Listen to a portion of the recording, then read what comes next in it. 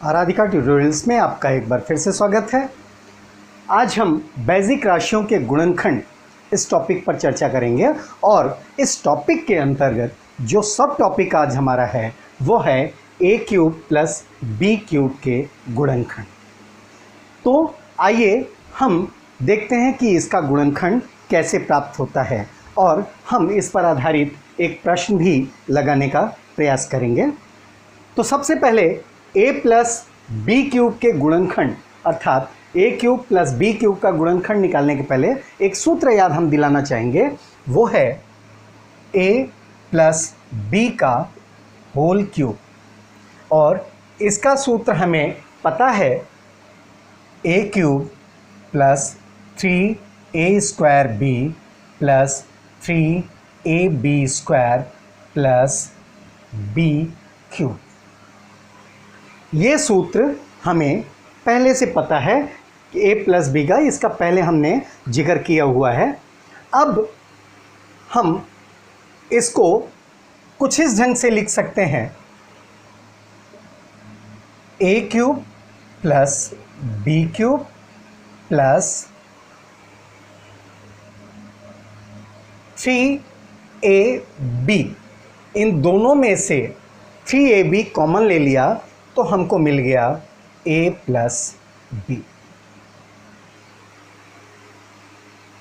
अब इस चीज़ को हम पक्षांतर कर दें अर्थात a cube plus b cube, ये चीज़, ये पूरा हिस्सा हम लेफ़्ट साइड में ले लें और इसको राइट साइड में ले जाते हैं। a cube plus b cube plus 3ab a plus b that is equals to a plus b का होल क्यूब। वही चीज़ है, इसी को हमने इस रूप में लिख लिया।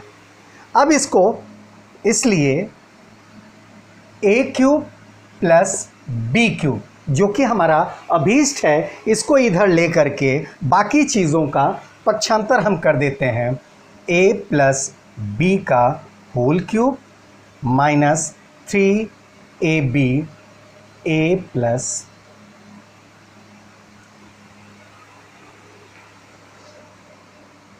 अब यहाँ से ध्यान देने वाली बात है, इसको हम कैसे लिख सकते हैं? a प्लस बी का होल क्यूब को हम क्या लिखते हैं? a प्लस बी और a प्लस बी का whole square. a plus B और a प्लस बी का होल स्क्वायर, इन दोनों को मल्टीप्लाई करेंगे तो आ जाएगा a प्लस बी का होल क्यूब। और यहाँ से माइनस 3ab और a प्लस बी। अब ज़रा इसमें ध्यान देने वाली बात है कि इन दोनों में सामान्य पद कौन सा है, कॉमन फैक्टर क्या है। ये जो यहाँ पर हैं, यहाँ और यहाँ, इन दोनों में कॉमन फैक्टर या सामान्य पद क्या है। तो यहाँ हम देखते हैं a प्लस बी यहाँ भी है, a प्लस यहाँ भी है, तो हम इसको लिख लेते हैं a प्लस बी। यहाँ से a प्लस बी हमने कॉमन फैक्टर ले लिया और यहाँ से हमको मिला a प्लस बी का whole square minus 3ab। a plus B का होल स्क्वायर, इसको हम लिख सकते हैं, पहले a प्लस बी, इसको ऐसे ही रहने दिया, a प्लस बी का होल स्क्वायर, और ये होता है a square plus 2ab plus b square minus 3ab। यहाँ से हम इस ढंग से कर लेते हैं और ये बराबर आ जाता है a प्लस बी, ये a प्लस बी ऐसे ही रहेगा, 3ab minus 3ab plus 2ab, तो माइनस ab हो जाएगा और यहाँ से हमको मिल गया a square minus ab plus b square. तो इस तरह से इसलिए a cube plus b cube ये इक्वल्स टू हो गया a प्लस बी और यहाँ पर a square minus a b plus b square. ये फार्मूला हमको प्राप्त हुआ। तो जो यहाँ पर a cube plus b cube का जो गुणनखंड करना था, तो a cube plus b cube का गुणनखंड हो गया ए प्लस बी और ए स्क्वायर माइनस ए बी और प्लस बी स्क्वायर। अब आइए इस पर आधारित एक प्रश्न देख लेते हैं, तो हमें उससे काफ़ी समझ में आ जाएगा। और ये प्रश्न है हमारा X cube plus 64 Y cube. अगर इस ढंग से दिया है तो इसको हम कैसे हल करते हैं? तो सूत्र हमारे पास है। हम बजाय इतना लंबा एक्सप्लेनेशन देने के बजाय हम क्या करेंगे, इस सूत्र का प्रयोग करेंगे।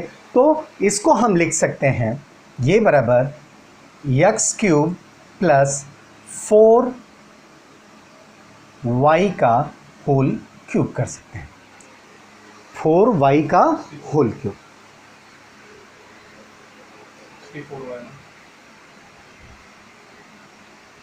एक्स क्यूब प्लस 4y का होल क्यूब।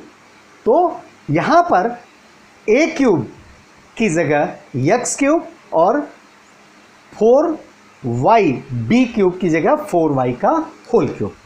अब इसको हमें विस्तार देना है, तो पहला हमारे पास जो मिलेगा x प्लस 4y, पहला पद धन दूसरा पद ए बी, ठीक है, ए प्लस बी, तो पहला पद प्लस दूसरा पद। और यहाँ से हमने ले लिया ए स्क्वायर अर्थात x square minus a b, तो x into 4y, x into 4y plus 4y का होल स्क्वायर। यहाँ से a प्लस बी पहला पद धन दूसरा पद, यहाँ पर लिख लिया पहला पद धन दूसरा पद, और फिर पहले पद का वर्ग, पहला पद गुणे दूसरा पद ऋण पहला पद गुणे दूसरा पद, और फिर दूसरे पद का वर्ग, तो दूसरा पद जो 4y है उसका वर्ग हो जाएगा। और ये हमको मिला x प्लस 4y, और यहाँ से एक्स स्क्वायर माइनस 4xy और प्लस 16y स्क्वायर। इसलिए x cube plus 64y cube equals to x plus 4y, और यहाँ से x square minus 4xy plus 16y square. तो इस ढंग से हमने इस सूत्र को प्राप्त किया, अर्थात ए क्यूब प्लस बी क्यूब का गुणनखंड हमने निकाला, और उस गुणनखंड के सूत्र को जब प्राप्त किया तो उस सूत्र से हम इस ढंग से सवाल हल करते हैं। Thank you.